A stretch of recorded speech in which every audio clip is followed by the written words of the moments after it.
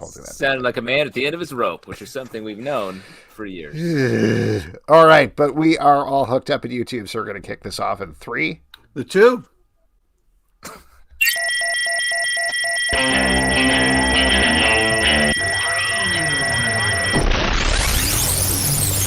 What is up, everybody? Welcome to Comic Book Club. I'm Alex. Justin. I'm Pete. And we are coming to you live from a couple of places on the internet. We're coming to you from Crowdcast, a.k.a. The Cast, YouTube, a.k.a. The Tube, or later on iTunes, a.k.a. The Tunes, Stitcher, a.k.a. The Titcher, Spotify, a.k.a. The Totify. Done yet or what? What? These are just the names that we have to say by contract. We do not have to say them all. Yes. Yeah. Spotify told us we had to say that they're called TuneIn, aka the UNIN. Or check it out on your RSS. Nope, not going to do that. No, not going to do that one. Guys, we have a packed show for you tonight. So much stuff going on. 2 great guests are in the show. But first, it is that time that we pay tribute to our excellent Patreon supporters, the people who keep the show going. For real, we would not be able to do it without all of them, because every bit of money that comes in goes straight into supporting and keeping the show and all of the podcasts we do going. If you'd like to support it, patreon.com/comicbookclub. But anybody $5 or above a month, we give them a shout out, a thank you here on the show. So we definitely worked this out beforehand. I don't need to say this, but I'll go first. Pete can go second, and then Justin. Are you scared, Alex? It's our first October show. I thought I am in costume, so that's probably pretty scary. So we're going to kick it off with Aaron C. Hollis, Adam Marks, Adriel Moreland, Elena Fontenot, Amanda Harris, Amy Gonzalez, Andrew Edge, Andrew Primo, Andrew Tillman, Beercat PhD, Benjamin Brown, Carly W, Christina Jaramillo, Chris Terrazini, Clemens Lure, Curtis LaRock, Demand Ryan, Dan Snow, Daniel Fuentes, Daniel Pete something Cabrera. It's Daniel Pete the Poodle, hashtag Pete the Poodle Cabral. Hashtag Pete the Poodle. Definitely. That means it's real. Daniel Warden. Danny Heck. Dennis Scott. Derek Mainhart. Dylan L.J. Eduardo Martinez. Emmett Quish. Aaron Dorian. Jeffrey Risher. Gerard de Villiers. Isaac Carter. James Connolly. James Kurtz. Jason Donahue. John George. Jonathan John. Jonathan McCool. Joshua Gibson. Joshua W. Broxson. Catherine Einenson. KC Newhaven. Kevin Grimes. Kevin Kleinrock. Kieran Broderick. Cody Thomas. Kyle. Lee Brown. The name I always get, Leewana Thomas. Lucas Inc. Mark Carrillo. Mark Zeller. Matt Tice. Megan Thigpen. Michael Tillman. Mitchell McDonald. Nathan Diaz. Nelson Martinez. Nick Grayson. Off-White Savior. Official CBC chef and Feist beer magnate Brett Macris. Omnia Soul Art. Oren Dix. Pablo Martinez. Pedro A. Rangel. Perry Talaferro. Pete's Pretty Kitty. Primetime Paulie G. Rev Mikey. Sarah Schottmuller. Sarah Schaefer. Scott Carpenter. Scott England. Stanley. Steve Cook. Tamila Rush. Taylor Bryan. The Big Flood. The 12 Bench. Victor Perez. Will Buchanan. And of course, Zika's Viral Comics, baby. Yeah, thank you for real to all of you for supporting the show. We really, really appreciate it. Again, we could not keep all of these things going without all of your great support, whether you're at the $5 level or above or below. Every single dollar counts. So again, if you want to support it, patreon.com/comicbookclub. Now, later in the show, yes, Justin, what were you going to say? I was going to say, you can get your name there to have Pete slightly mispronounce or have to say something funny about himself. There you go. Feel free to throw a nickname in there. Alex gave a great example of nicknames for podcast websites earlier. Mm-hmm. Exactly. So later in the show, we are going to have Koren Shadmi is going to be here to talk about his book Lugosi. based on Bela Lugosi. But first, we are going to invite our first guest here. Her name is Sophie Escabasse. Hopefully I didn't mangle that name, but she is the creator of Witches of Brooklyn, What the Hex, from Random House Graphic Novels, officially helping us kick off spooky season here on Comic Book Club with the spooky graphic novels. Sophie, thank you so much for coming on the show. Thank you for having me, guys. And thank you to all the supporters. Yes. Oh, thank you. Doing the business. Absolutely. Now, Sophie, so this is the sequel to What the Hex. Witches of Brooklyn. That's the Witches first of Brooklyn. one. Sorry, I got that That's wrong. the second one. What the Hex is the second one. There you go. I mixed it up. Was prepared. I got very distracted with all the names we were saying. But so did you live in Brooklyn at one point? I did. Okay. For about 13 years. Oh, wow. And we just moved, just a year ago, we crossed the border and established ourselves in Canada. Ah. Nice. So not to get too in the weeds here, but I lived in Park Slope for the past 10 years, and now I live in Sunset Park in Brooklyn. Do you mind if I ask where you were located and where potentially you based Witches in Brooklyn? Alors, I moved in 13 years. I moved quite a lot in Brooklyn. Sure, you have to. Like everyone else, we Yeah. started. When we had our first child, we were living in Copper Hill, and then moved to Park Slope when the second one arrived, and when the third one arrived, we were like. That's the official sound effect of having a third child. By the way. Yeah. You're like. We moved to Dismas Park, and that's where the witches live. In fact, that's nice. When we landed in Dismas Park, walking around with the kids, we were like, look at all these old houses. There must be witches living around.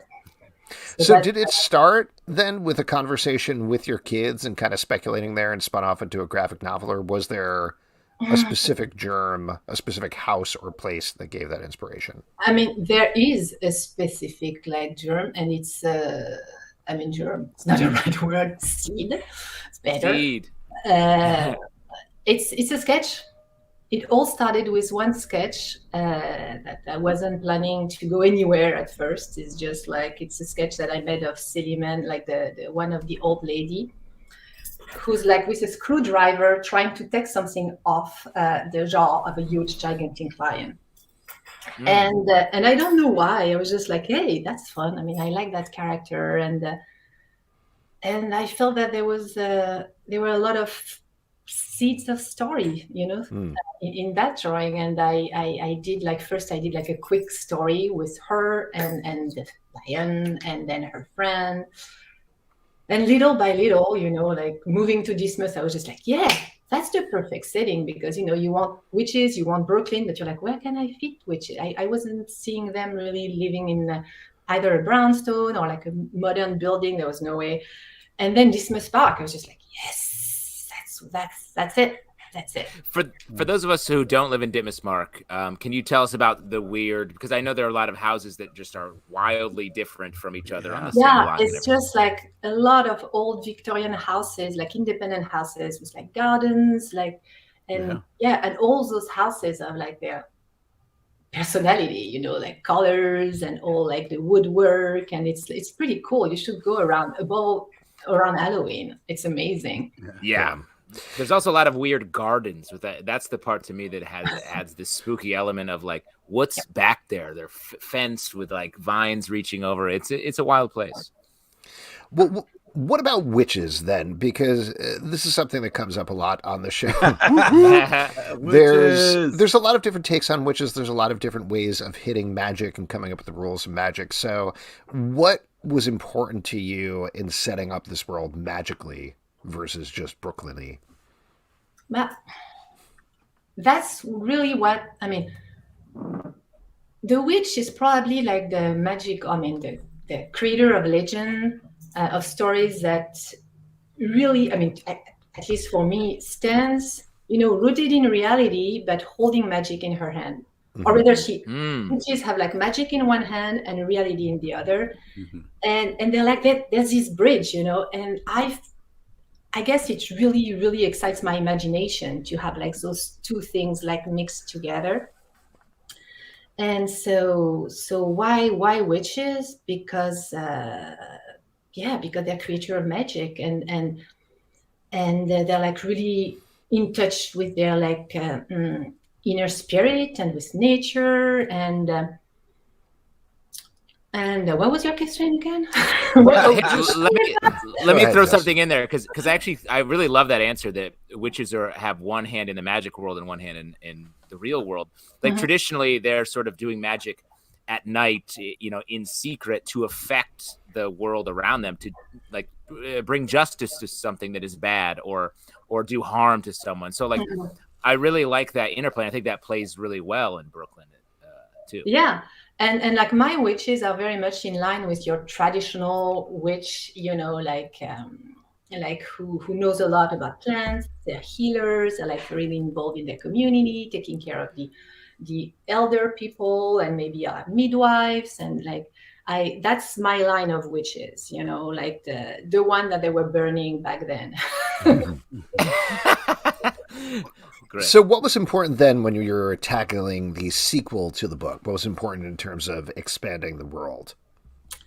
I really wanted to introduce the coven, like all the witches that work together. And I really liked the idea of this group of old ladies, and trying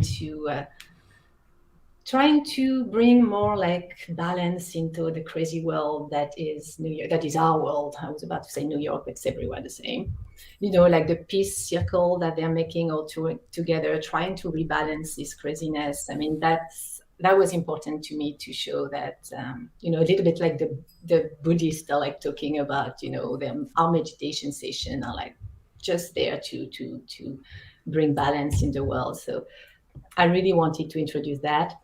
And I had that idea for because the whole plot about like the two statues, it's really like I think it's on Carroll, I don't remember now. It's Carroll Street and 6th Ave, I believe. If you drive by, you will see where the idea come from, and I really wanted to place that. I mean, to work around that. I do love, we're looking at some of the pages here on the video show if you're listening later, and I do love that the old ladies all look like people that I probably saw walking around Brooklyn earlier today. Were you basing these people on life at all? Was there anybody you pulled from in either your real life or people you saw walking around? No, not just one person. I mean, it comes from definitely like what I can observe. I that's probably one of my favorite thing to do in life, is just sit at a cafe, sit somewhere and watch people. And Brooklyn is the best place one of the best places in the world to do that. It's just like best TV ever for me. Like, look at it. I love it. So yeah, I sketch, I take notes. Yep. Was it difficult? Is it difficult at all to channel the idea of Brooklyn now that you don't live there at all? But in the third book, I'm taking Effie out of Brooklyn to summer camp. There it is. But I'm not that far. And now that the COVID will please will calm down, I'll be able to go back more often. But no, I'm in love with Brooklyn. When you're in love with something, with someone, it's there. And so yeah, I obviously I will need to. I mean, it's less easy to get the reference, to draw a place. I will have to go back, but but the story will still happen in Brooklyn, and I will go back and forth, Brooklyn forever. I did want to point out a comment here in the comments on Crowdcast from Liwana Nananana says, I also love that they're old ladies and not entirely trendy young teens. Was there any hesitance either on your or Random House's part to be like, oh, we're going to do a YA novel that's mostly about old ladies? No, that came from me, in fact. But the Random House team, if I can do parentheses here, you guys are amazing. It's so incredible, and I feel extraordinarily lucky to work with these people. Cool. But no, the old lady was my idea, because that's something that I'm kind of annoyed with, is that these days, old age equals to like basically like I don't know, but nobody talk about old people. Old people are not cool, It's like it's all about being young, being like beautiful, gorgeous, and it's like, we're putting like being young at the top of the mountain when really old people are amazing. Well, and agreed. As we're aging, all going there, so they better be exactly. Yeah, We're exactly. very close. Like Very example close. of amazing old people that are still lively and making jokes. Yeah. You want to hang out with.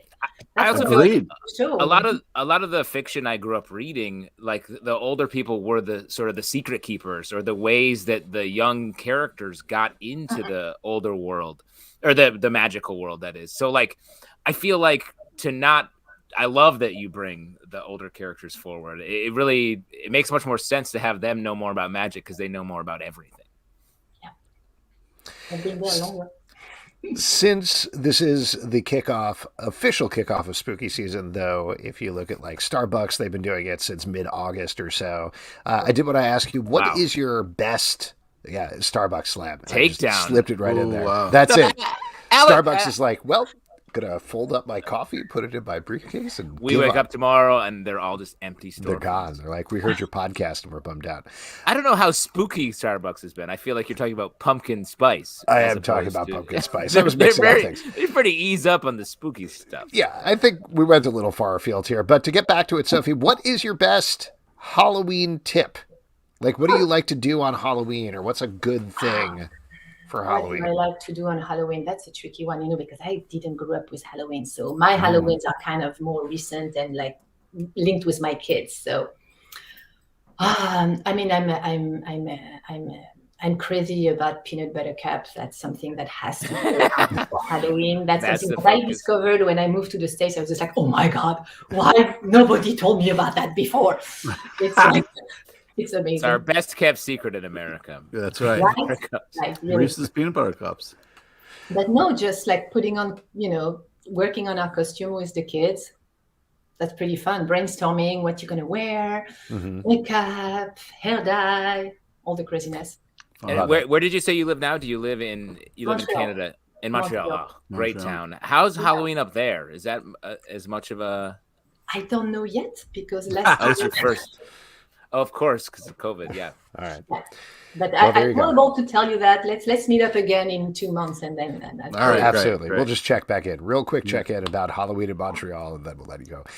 What else? So you're working on the third book. What else do you want to plug, if anything? So I'm working on the third book, and hopefully I'll keep on making them as long as the readers are reading them. And let's chat out about the Derby Daredevil. From Kit Rosewater. Sorry about that, Kit. Rosewater. I illustrated that series a couple of months ago, and it's really cool. And that's it. And keep reading graphic novel, people, because graphic novels are amazing. It's the best storytelling medium ever. We agree here on the Comic Book Show. Yeah, definitely. Yeah. Sophie, thank you so much for coming on. Thank you. Happy advanced Halloween, and congrats on the book. Keep up the great work. We love them. Great to meet you. All right. Once again, that was Sophie Escabasse, and the book is Witches of Brooklyn, What the Hex? It's in stores everywhere right now from Random House Graphic Novels, and is a perfect all-ages gift for Halloween. I mean, it's such a great idea. I mean, grandmas are so hot right now. Combine that with witches. It's just, it's a fantastic book. It's so much fun, and you get to kind of see Brooklyn and fun old people in such a great way. I think she's killing it.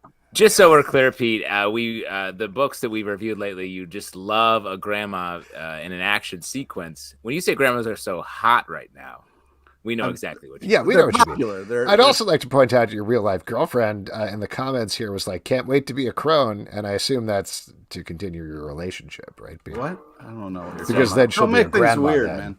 Don't make things weird. I mean, always. All right, why don't we move on to our next guest here? I'll invite him into the stream. He is the creator of Lugosi, The Rise and Fall of Hollywood's Dracula. His name's Koren Shadmi. Koren, welcome back to the show. Good to see you again. Hello, how are you? Hello.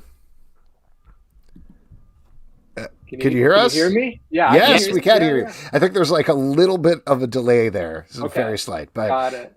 Good to have you here. Good talking about Lugosi. This is your second second biography, right? Or at least the second one we've talked to you about. We had you on to talk about your Rod Serling biography, and now you're on to Lugosi. What was appealing about Bela Lugosi in particular as a follow-up to Rod Serling? Well, it was, it was hard to follow Rod Serling up because he had such an incredible life. But I think Lugosi also was someone that just lived a crazy life. They were very different people, but he was just this really over-the-top, romantic European type person. If you've ever seen him in the movies, maybe Dracula is actually not the best example, but if you see some of the other movies, he's always like gives 190%, and he's just like very dramatic. And that was also his life. He was just like, big spender, big lover, had, many wives, had many ups and downs in his career, and also, substance abuse problems back in the day, which is impressive that all the way back then was able to do that. But it's a great life story, and I was just attracted to the drama of it, so they're just like perfect for a graphic novel. Interesting. What is it about these older stars though that particularly draws you in?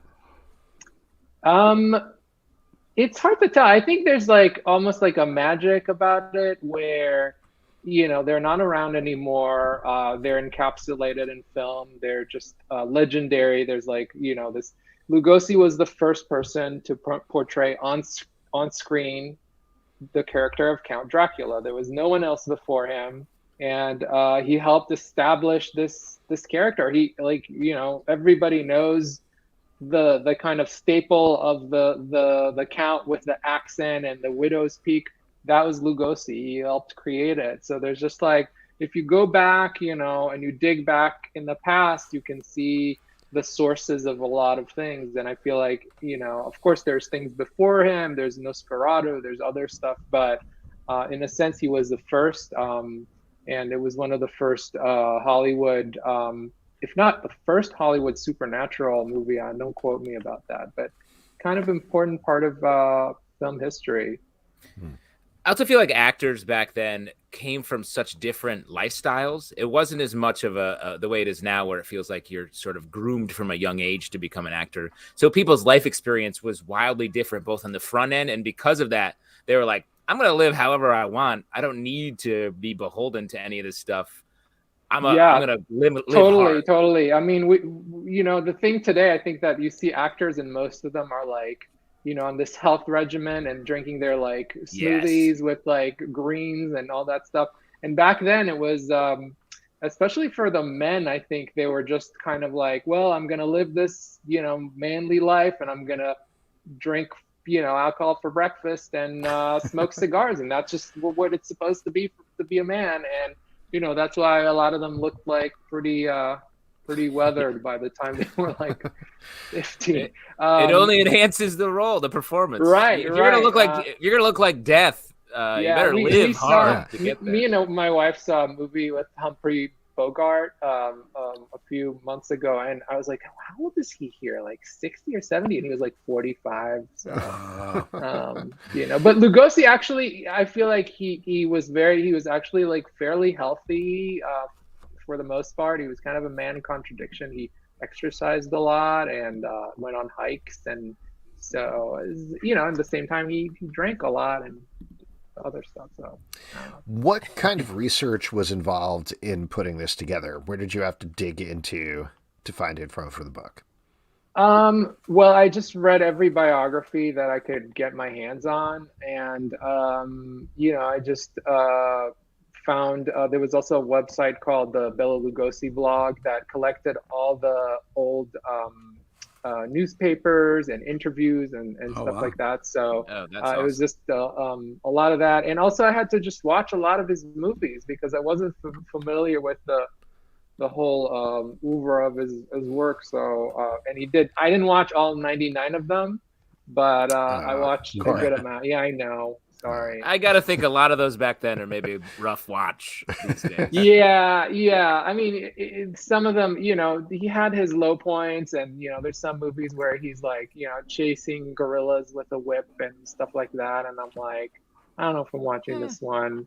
But I definitely watch the classics, and the classics are amazing. So and I mentioned the ones that I thought were important or the ones that I love in the book. There's actually almost like clips from them, and so I think that whoever reads the book, maybe it'll be a good entry point for watching those movies, like The Black Cat, which is just a lot of fun, and a lot of the ones that he's facing off against Boris Karloff were really fun.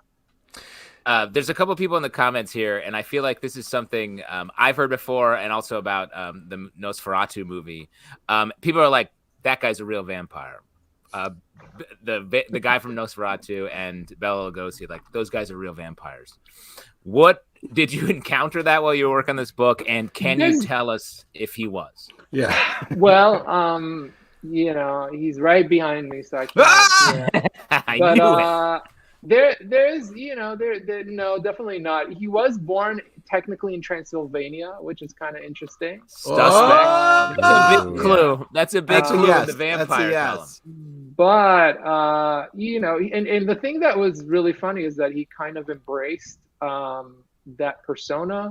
So they wrote about his house that it was full of, like his coffee table was shaped like a coffin, and he had like an inkwell that was like a skull, and you went in there and like everything was draped in giant velvet curtains. So he kind of hated, like, he would wake up late in the day. So there's some stuff that's a little, you started with no, and you're walking toward yes. Yeah, he didn't like garlic. He was afraid of crosses. Unfortunately, he was, he would still be with us if it wasn't, if he was. But I mean, who's to say he isn't? Who's to say? Yeah, exactly. Somebody check the coffee table. Maybe the glass is just really heavy on top of it. Do you find it all, while you're researching these books, while you're looking into them, that you find, I hesitate to use this word, but you find some sort of character in that person's life who suddenly becomes as interesting as the person you're working on? Like, you're doing a Rod Serling book, and suddenly this other person that interacted with Rod Serling is like, oh, that would be another great subject. Not so much with him. I'm researching something else now where one of the characters is turning out to be kind of very interesting. But what was kind of interesting in the Lugosi book was the whole history of horror film.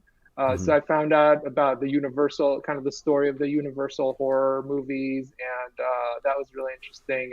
And how, it was Carl Laemmle, and Carl Laemmle Jr., he basically made his son the head of the studio, and his son drove the studio to the ground, made these like really expensive movies, and they ended up being booted out of their own studio. So I was like, wow, there's a whole story there.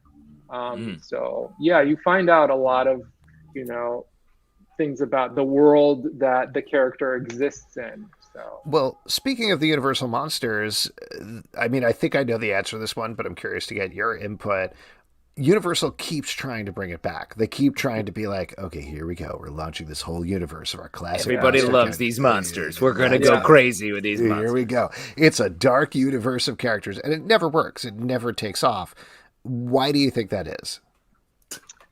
It's a good question. I mean, they're all like, I haven't watched them because they're all god awful. So I mean, here they are. But do you know if the Mummy that was in the 90s with Brendan Fraser, was that Universal? Yeah, because that was kind of good. That was great. And I think they tried to launch a whole franchise off of the Mummy. They even got to the third one. They had the Scorpion King spinoff with The Rock. Yes, The Rock. Yeah, but none of that stuff has worked. I don't know. I mean, I think that they work in their own kind of old film world, and they don't seem to translate very well, to contemporary times. And I think someone should take on the challenge of taking Dracula and updating him, but so far, that hasn't happened. I mean, I feel like a lot of those monsters, the things that were scary about them don't scare us anymore because we've just heard it too much. It's like a mummy is just like, I don't know, all the bandages, slow moving. Well, I think the one exception you got to find, and this is really hard to do, but I don't know if you guys saw the recent Invisible Man movie, but they found a really good metaphor there, like that a was modern very good. riff on it. Which is great. And I think the same guy is doing a Wolfman movie, maybe. So again, if you could find that level of resonance for the modern day, potentially it could work. Yeah, I think it was updated in a really good way, and because it had that level of paranoia and surveillance and all these things, and I think that you have to be smart about it, and kind of adjust it to that to our current times for it to work. So yeah, maybe if the bandages were like very fashionable. Or like that's the real prison, right? Instead of bandages, maybe they were like TikToks or something, right? Oh, that's good. I just like hearing you say TikTok. Yeah, a lot more dancing. I just had to explain to my 3-year-old what a mummy is. I have to explain to him all the monsters, and he's just like really into it. But it's very hard to, because you're like you have to stop at some point because you're like, well, it was like a dead person embalmed and so buried. They took the organs out of the dead king and then my wife is and replaced them with a cat. Yeah. Was the cat? No, I mean they didn't put the cat inside of the body, but they removed the organs and then buried them with their cat. Yeah. There you go. This is your next book. That's not that weird. That's not that weird. You'd be buried with your cat? Justin? Well, I want to be buried with my Pete's fellow cat? hosts. No, I want to be buried with Pete's cat. Weird request. But you have to do it if I die first, but I'm the youngest. Let's not forget. Okay. Koren, now that you have tackled, I mean, you said you're working on something else. I don't know how much you can tease about it, but is it another classic film or TV star, or are you moving more into the modern day potentially? There is a book that I'm wrapping up now that was written by Dave Kushner, who is a tech writer and gaming writer, and it's about Nolan Bushnell and Ralph Baer, who are basically the creators of video games. So that's cool. They had sort of a feud, and it's really like, it's kind of like about the question of who really created video games. So that's fun, and it takes place. It's a little more contemporary. It's like the 60s and the 70s. So, awesome.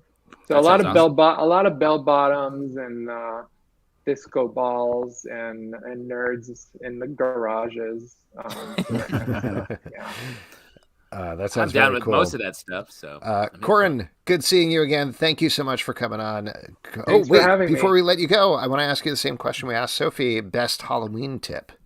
Again, like my son's really young, so he's getting started with all this stuff. I don't really, I would say that as a parent and you don't have a lot of time, try to push your son to like be a robot, because that's the easiest costume to make. So, I mean, that's worked last year. So, all right, that's a great tip. Be a robot. Yeah. Be a another robot. Awesome. A better robot. Some boxes, some Amazon boxes, and some spray paint. Perfect. You're good to go. Great tip. Koren, thank you so much for coming on. Good seeing you. Have a good night. Thanks for having me. Yeah. Bye. See it. All right. Once again, that is Koren Shadmi. The book is called Lugosi, The Rise and Fall of Hollywood's Dracula. It's out now from Sounds interesting. Yes, definitely check it out. And folks, we're going to move on with our next section, which is my favorite section because you all make it up. It is your audience question. And for audience questions, I see a bunch of you have already done this, but if you want to drop a question and ask a question here on Crowdcast or in the comments over on YouTube, I'll keep an eye on those. But first, before we get into that, it is time to pay some bills. Thanks to Pay the piper. Pay the piper.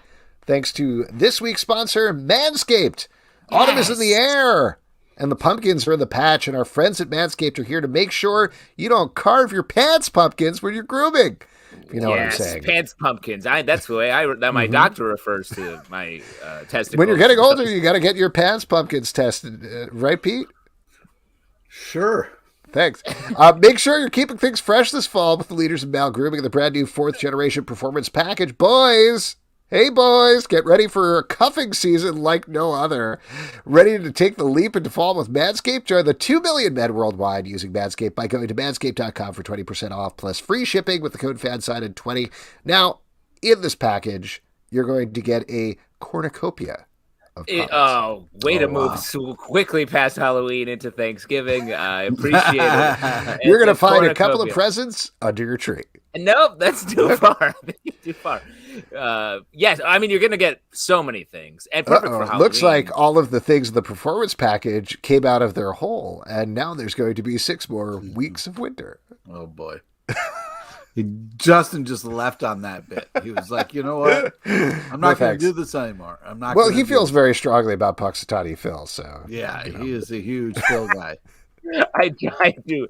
Never mind. That's stupid. Great. What a brief escape. Terrifying escape from Manscaped. So yes, again, there's a couple of things you're going to get in this package. You're going to get the Lawnmower 4.0 that Pete loves. You're going to get the Weed Whacker that's going to take care of your nose and ears, Crop Preserver ball deodorant, and what else? There was something else. Oh, you're going to get a travel bag. That's and right. another Hold it all. Yes, there you go. Get 20% off plus free shipping with the code FANSIDED20 at manscaped.com. That's 20% off plus free shipping with the code FANSIDED20 at manscaped.com. Make your balls a priority this fall. This is the season. Choose Manscaped. Your balls will thank you. And to be clear, we're talking about your space balls. Yeah. Good. Yeah. Pete's favorite Just wanted part. to throw that in there. Thanks. Now, Before the show, Pete was like, "Oh, the ads changing? That part always made me smile." So we got a couple of questions here. I'll also mention, we mentioned this at the end of the show, but I want to throw this in here. If you want to leave us a question in the iTunes comments on our podcast, we will read that on the show if you're not able to make the live show, or leave us a book, absolutely any book you want us to review. Again, in the iTunes comments. Not just like War and Peace. Any book. War and Peace, Anna Karenina. The Bible. Literally any book. We will read it and review it on the show. But let's get to the ones that are here right now. We got one from Nat Townsend. Well, we should talk briefly about yes. We got to talk about our beer. Yeah. Oh my gosh, so many things. So many things going on. So this is the kickoff of Oktoberfest, and our amazing, amazing CBC chef, Brett Macris, provided us with a beer to drink on a giant beer. Enormous, as big as our head. Yeah. This is an oil drum of alcohol. I came home from the hospital, and there waiting for me in the mail was a giant beer, and I've never felt so loved. It was really just a beautiful moment. I love that you casually dropped the hospital. Now, but we have to ask a follow-up about that, and it's weird that you said that without saying why. So please tell us what you were doing, what you were manscaping at the hospital. I'm 45 years old, so I had to go for my colonoscopy. You got to check things, make sure they're up to speed and running well. So Pete, I know before you go any further, I asked the doctor to send me the results before you. So I'll let you know if everything's ship shape. Yeah, it's a little bit of a tease. We're going to reveal Pete's results on our Stack podcast that rolls out Wednesday night again in the Comic Book Club feed. That's a horrible dedicated. But I just want to say, Brett Macris, you are a mensch. And thank you for sending somebody a beer in the mail, a giant beer. It's beautiful. It's a beautiful thing to do for somebody. Pete's space prostate thanks you. Just to read a couple of notes about this beer, though, because Brett sent some very detailed notes about it. It is from a brewery owned by a good friend of his in New Orleans, just a few blocks from his house. The brewery is called Brew Carré. He wrote out, this is very nice, Brett, wrote out the pronunciation for me because he noted, because Alex is not good with pronouncing New Orleans names, which is true. Not just New Orleans, Brett. Almost all also of the word piano that bothers Pete a lot for some reason. Yeah. A play on Vous Carré, which is the traditional name for the French Quarter, meaning Old Quarter. This is specifically a fest beer which is what they now traditionally serve in Germany during Oktoberfest. Since Oktoberfest was canceled again this year, he thought it would be fun to celebrate this week's drink with the CBC Slack drinkers, which I know a couple of folks are drinking fest beers and other Oktoberfest beers. Now, it continues, says, but official CBC chef Brett Macris aren't Marzens, the traditional beer of Oktoberfest, you may ask. Not anymore. The original Oktoberfest was more like a Dunkel, but then in the mid-1800s, they made it lighter in ABV and an easier drinking beer with more caramel notes, which I'm definitely getting off this. I don't know if you guys, but like there's a really this beer good... is excellent. So I great. Really appreciate it. And fortunately, I get a lot of chances to taste it. This is a strong leader. Yes, and so these have more malt, so you can session all day. Then in the 1970s, the trend turned towards even lighter beers, but still easy drinking with malty notes and balanced hops, so people could session even longer. All of them are traditional lagers, and all of them are great for celebrating Oktoberfest. At Brew Carré, they name all their beers, and this one is called Trust Us, we're Prostfessionals. A play on the German version. Prostfessional. Okay, he didn't write that one out. How was I supposed to know? That's how you say it. Prost. Okay. Yeah. A play on the German version of saying cheers, which is Prost. Prost. And I'm wearing the traditional Hosen. Oh, he said Hosen. That I bought when I went to Munich Oktoberfest like 8 or 9 years ago for a friend of the pod, John Gabers' bachelor party. Wow. Ooh. How drunk did you get? Strongly drunk, drank many liters. Went to the tents, stood on the tables, did my best to take a liter down. It was truly a blast. Definitely worth doing once it comes back. Wow. And thank you, Edward Doherty. Still fits. It does still fit. Similarly, I'm drinking out of the 59 glass provided to me by Sci-Fi for the show Resident Alien. So like it's a very similar story. Well, makes sense. That has nothing. You're just both lived experiences Alex and I had just now. I did want to say that this beer is very delicious. It's more complex than a light beer, a light American beer, but the drinkability is very enjoyable. I could enjoy a bunch of these, and I think it's just a fantastic beer. Shout out how we can get more Brew Carré. Is it can we order it online? Do we have to go to New Orleans and get some on our own? Brew Carré.com, BRIEUXCARRE.com. Check it out there. Highly recommended as we continue to pivot into a drinking and food podcast. All right.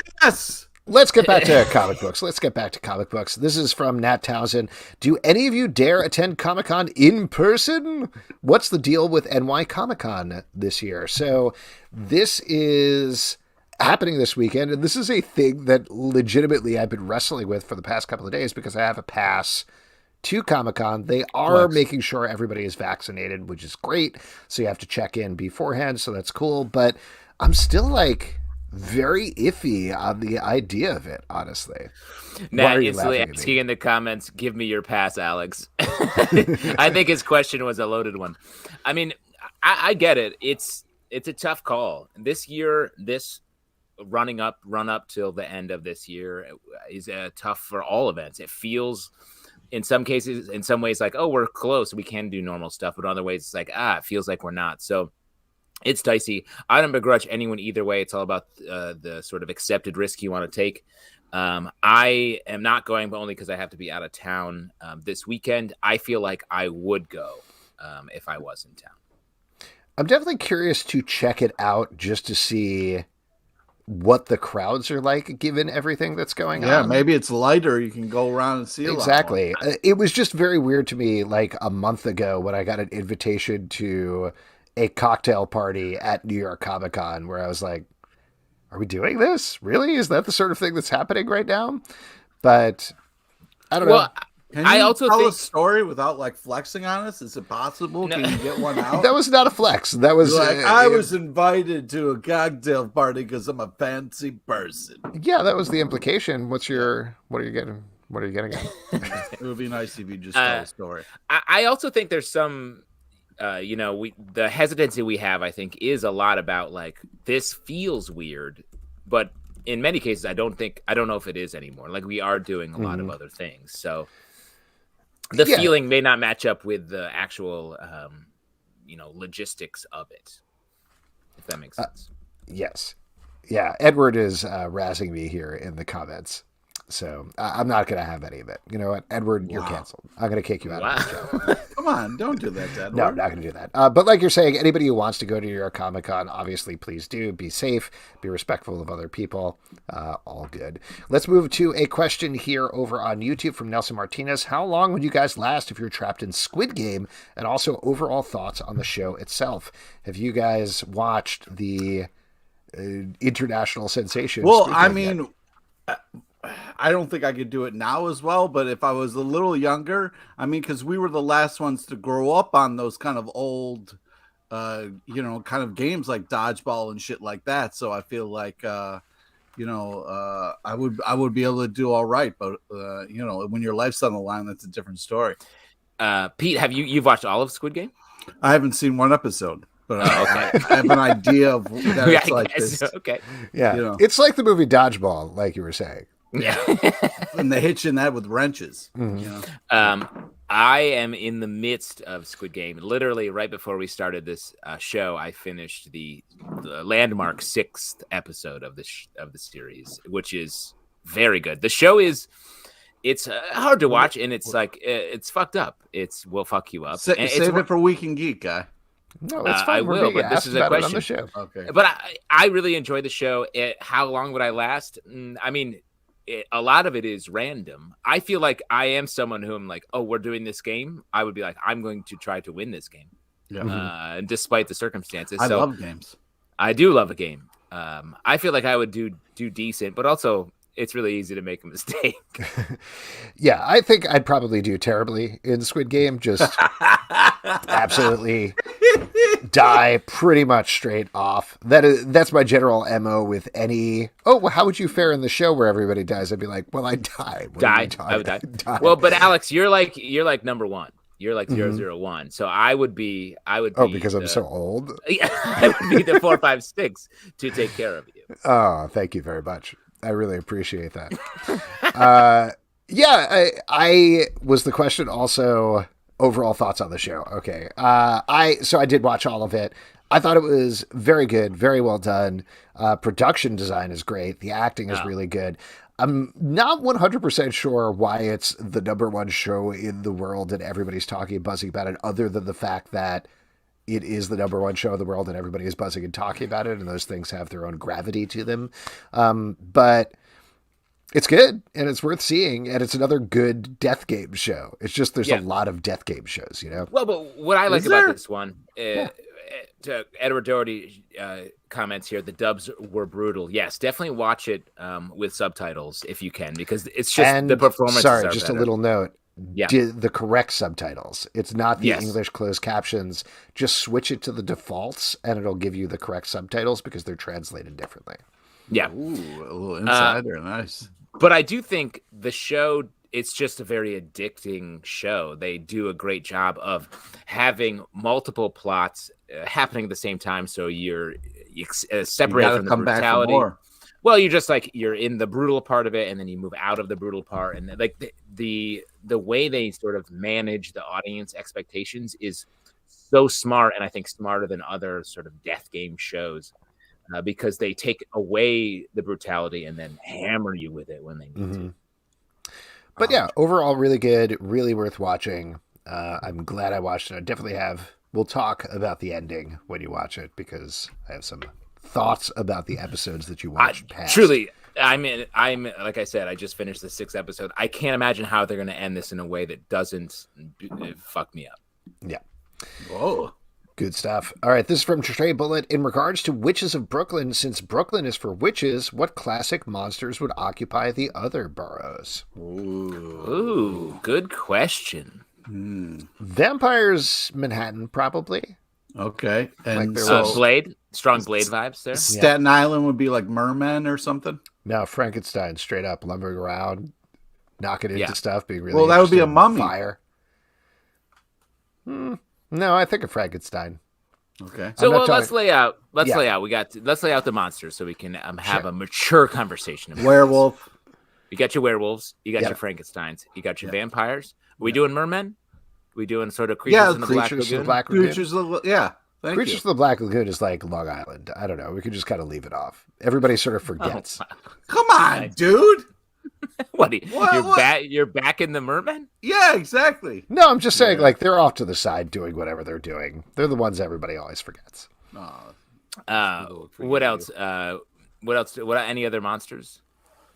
No, I think that's pretty much Invisible Medusas. Man. Did we say Invisible Man? That feels very Manhattan to me. Invisible Manhattan. Yeah.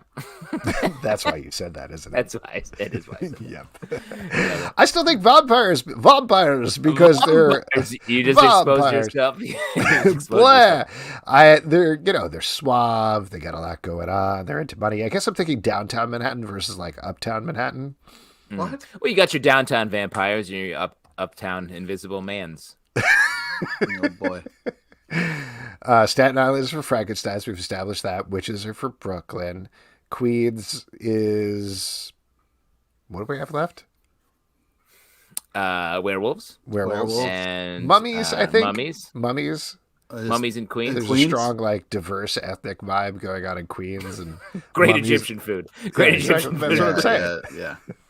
So, the Bronx. Bronx is werewolves? Okay. I mean, Bronx could easily be merman. There's a lot of coastline up in the Bronx. There's a lot of. That's true. So, like, the merman could be rocking up there on City Island. Juan Anana says here, cool, I'm excited for you guys to get canceled. Yeah, we're really, like, skirting some dicey territory here, to be honest. Well, I mean, lightly. I don't know. I don't know what's happening. Great. All right. This is from Josh, favorite classic monster. Getting a strong theme here.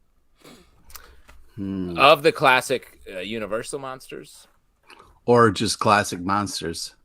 I mean, I gotta go Expand it Godzilla if we're gonna do, if we're gonna go, See, expand have it you up. learned nothing that Godzilla is a gentle soul?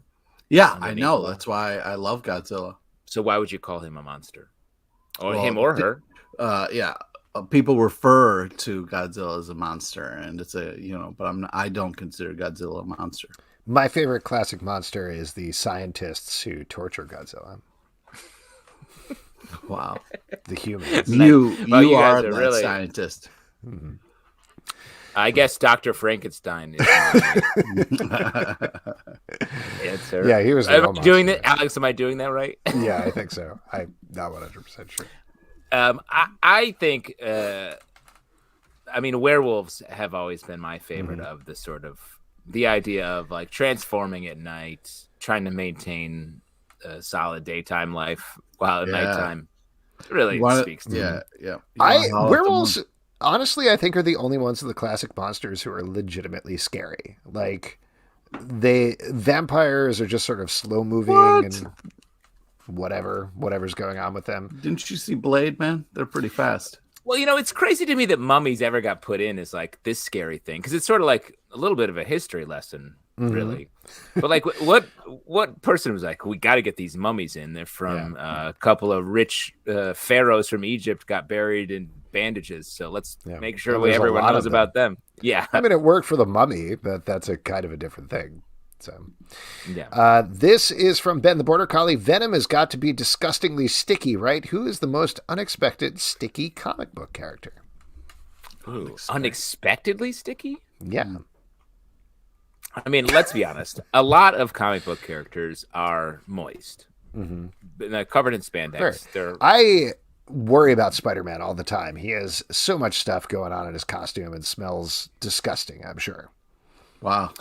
Yeah, I mean, I let a lot of let me just shout out a couple in the comments. The Thing, I mean, he's very dry, but maybe not, says Nat Towson, which I agree. What is the actual composition of Thing? Is it like a hardened? It's rock. A hardened rock, but there's warmth. It's like a warm rock, and there's got to be some. It's not lava. It's like some sort of warm rock treatment. Like you just kind of lay him on you and get a real nice like Reiki. spot.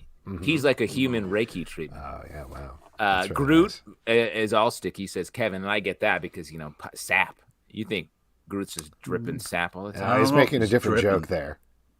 Yeah, no, I'm not making that joke. Okay.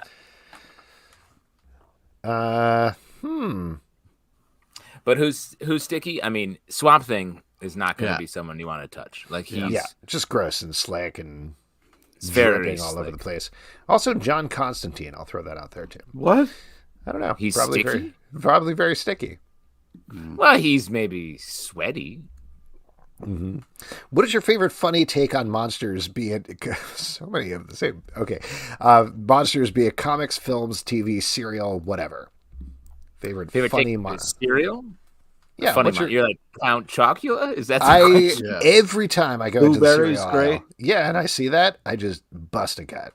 I cannot stop laughing. Like, what's going on? Frankenberry? Frankenberry? Yeah. Come on. Did they sew together a bunch of different berries to make the ultimate horrifying berry? I mean, my real answer here is the TV show What We Do in the Shadows.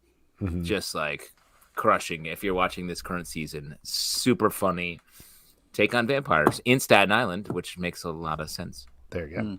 For our earlier question. From Jay Citizen, Munsters or Addams Family? Ooh. 100% Addams Family on my end. No question in my mind. I never got the Munsters. What? You never got it? I didn't get it. I mean, you get it, right? No, I mean, I get what it is, but I saw it and I was like, this doesn't make any sense. They're all different monsters.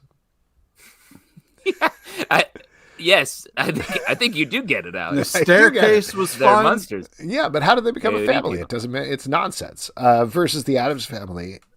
I mean, I read the original Charles Addams cartoons, the comics that he would do in the New Yorker. I was very into those as a child. Pete's always busting your balls for flexing, but this is where I have to stop the bus here. When you're trying to drop the original cartoon, the Age of Originals. I have them in the bookcase right over there. I can grab them. I know. If you want me to read you a couple. I'm just They're saying, much darker than the modern movies. Yeah, you're right. I might not be able to handle it, Alex. Please don't read those aloud. Please don't do it. Don't do it, Alex. I don't know if I can handle it. I'll do it. Munsters is what I watched when I watched of these two things. So I get the Addams Family has sort of the darker take, but Uncle Fester, I don't know how dark he is. Pete, what about you? I assume you're going to go for Munsters as well? Yeah, I leaned a little bit more Munsters, but I appreciate a lot of the Addams Family. You know what I mean? Like that Wednesday meme, of her getting down is just great. I mean, that's a good time. Well, I think the Addams Family has won the cultural war here. We're doing more of that as a people, and the Munsters have fallen to the wayside. And Munsters is actually a different way of saying monsters. I don't know if you've that's really interesting. I didn't notice that. We got one last one here from Edward Doherty. For Halloween this year, could you each dress as another CBC host? Aren't we all sort of always doing that? Yeah, we're kind of cosplaying as each other at this point. As we all sip our giant beers. Here, real quick. Just everybody. 1, 2, 3. I was Alex. I was Alex when I was doing that. I was Pete. Yeah, we know. Pete's not playing. Not into it. Thanks for committing. I'll go. I'll go in as Pete for Halloween. Yeah. Pete, I just need to talk to you about your prostate experience. And that's what I'm gonna. That's my costume. Oh, great! I'm gonna go as Pete during his prostate exam. Wow. All right, folks, that is it for your audience questions. And now we're going to move on to our next section, which is trivia. And for that, we're going to turn it over to Pete LePage. All right. Hey. This is the part we give back to you, the lovely audience. It's an opportunity to win 25 free dollars. Excuse me. To Midtown Comics Online. Drinking a lot of beer. Your body's under fire right now. Yeah, that's true. That's true. So, if you would like $25 to wait, I have a quick question. Watanada in the comments here says, you never know Pete is a beloved improv teacher. He teaches them the no but. Is that what you said to the doctors when you got your colonoscopy? No but. No but. Yes and no but. It really bothered me how much you laughed at yourself as you were saying that, Alex. I liked where he went there, though. I appreciate it. It's not that Pete, funny. all you had to do is not say that you went to the hospital, and none of this would have happened. But you did this. You made this happen. Great. I'm glad when I open up and share things, you guys exploit that. No, that was not it. It was not about sharing things. We knew about this. You inexplicably said, I went to the hospital, and then you needed to explain that. That's all. We had to make sure people weren't worried about you. So we need to tell them it was just a blood exam. I would like you were having a special blood exam. I would like $25. Any of Yeah, those just say hand up, raise your hand, no butt, whatever you want to put in the comments there, and we will bring you into the stream, and you will win $25 to Midtown Comics. Also on YouTube, same thing. If you want to say it, it'll just be a very annoying delay, but go for it. And I'll tell you what, if nobody does it, we could do it ourselves. Donate it to charity. All right. I believe you. I believe you when you say that. Donate it to charity. Yeah. Charity. Yeah. All that pausing definitely makes it seem like. Yeah. All right. Well, we got. Nat, why don't you step up? Yeah. Here, I'm gonna just invite Nat into the stream, whether he wants to or not. Oh, nice. This is good. He could be boiling any number. Oh, Nat's gone. Nat's not here. All right. Wow. Here, I'm going to choose for real a charity that we're going to donate to because nobody has raised their hand. Pete, Justin, and I are on. We're going to find a cool charity to give this to, so ask us some questions. All right, great. Today's trivia is on topical comic news and a small nod to the legend, Alan Coulter. Please listen to all three options before making your selection. Here we go. Question number 1 to Justin and Alex. What is the name of the new Daredevil arc starting December 1st? Is it A, Devil's Reign, B, Baddest Bad Guy Like Ever, or is it C, Max Weinberg? So it's either A, Devil's Reign, or B, Baddest Bad Guy Like Ever. I mean, I love all the B's in that second one answer, Alex. I don't know. The B's were pretty good, but I'm going to say A. You want to go with A? Correct. Well, wait, we haven't finished deciding yet. A is correct. Just give us. What you think? Just give us 1 second. B? Okay. Question number 2. I'm sort of leaning Batman number 118. Batman is blank. Is it A, leaving Gotham, B, leaving the Justice League, or is it C, Courtney Cox? It's pronounced Justin League. Okay. Courtney Cox sounds right to me. I'm going to go with They C. have been rumored to be dating. Leaving Gotham, or you're completely wrong. Ooh. Interesting. B? A lot of information here. Well, it's hard. Let's see. We have Courtney Cox, and then we had Okay, two other question number 3. Starting November 3rd, Donny Cates will be writing blank. Is it A, Venom, B, Hulk, or is it C, Molly Weiner? So A, Venom, or B, Hulk? The way you said the C answer really makes me think. I'm going to go with C as well. Final answer. B, Hulk. Looks like the charity doesn't win. Way to be, Alex. Way to fucking be. Oh, man, that's too bad. Kid, we can't get you that surgery you needed. Well, I guess if somebody had raised their hand, we would have done it. I will say Midtown Comics does a great $25 surgery for whatever child needs it. So that's where you got your colonoscopy, right, Pete? Yep. Great. And in case you guys were wondering, we were talking about the 2001 hit Get Well Soon. Nice. Interesting. Very on topic. Cool. Is that a little message for yourself? Yep. As we all know, tomorrow is New Comic Book Day, except comics come out all the time. What are you guys looking forward to? Pete, kick it off with you. All right. Well, I'm looking forward to a couple things. First one is Dirtbag Rapture #1. And Are You Afraid of Darkseid? Great title. Justin, what about you? What are you looking forward to? I mean, if I can echo Pete, and I'll say a couple comics came out this week that are coming out this week that I'm very excited about. Defenders #3, Al Ewing has been writing this book, and Javier Rodriguez has been doing the art, and it is been great so far. I'm very excited to see what happens as it moves forward. And then we got a new Rick Remender book coming out. Like, how are we not talking about this? A Righteous Thirst for Vengeance #1. Very excited to check that out. While we're doing a couple of books that we're looking forward to, I'm looking forward to The Nice House on the Lake from DC Comics. Perfect Halloween spooky season read. And also Dark Ages from Marvel, which really surprised me with the first issue from Tom Taylor. His dark, twisted take on the Marvel Universe, similar to the stuff that he did over with Injustice and Deceased. But now he's doing it with a new take on the Marvel Universe, so very excited to see how that picks up. And all of those books are going to be in our Stack podcast, which does roll out Wednesday, 9 a.m., both in the Comic Book Club feed and its own dedicated Stack feed, as well as the extra bonus of Pete's diagnosis this week. So that should be a lot of fun. That's going to be fun. I'm definitely going to drop that at the end, too. And that's it for this week's show. A couple of people we want to thank. We want to thank Sophie Escabasse for being on the show. Check out Witches of Brooklyn, What the Hex? From Random House Graphic Novels. Also, Koren Shadmi. Check out Lugosi, The Rise and Fall of Hollywood's Dracula from Humanoids. Next week on the show, Leslie Julian is going to be here to talk Savage Wizard. Also, Frank Barbier from Astonishing Times and Kurt Pyers from Lost Falls are going to be here. So a big pack show should be a lot of fun.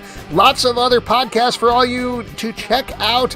Why the Cast Man, our Why the Cast Man, our Why the Last Man podcast, rolling out Mondays very early, tying into that Hulu show. Marvel Vision, our Marvel podcast, is wrapping up What If as of tomorrow. Riverdale After Dark, our Riverdale podcast, also on Wednesdays, wrapping up with the finale, but it'll be back in a month and a half, so don't even worry about it. Star Guys, our Stargirl podcast, rolling out every Tuesday at 9 p.m., so we got to get on that. There's a new episode going up soon.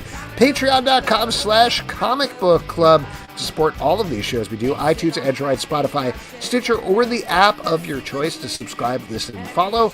Don't forget to leave us a question in the iTunes reviews. In particular, we'll read them on the show, or ask us to review a book at Comic Book Live on Twitter, Comic Book Club Live on Instagram, comicbookclublive.com for this podcast, many more. Until next time, good night. Good night.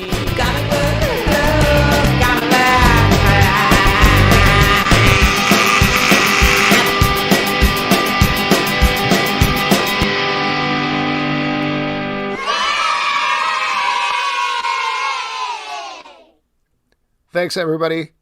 Prost. There you go. Very good. Really good. Like solid. Really are like solid. that. A+.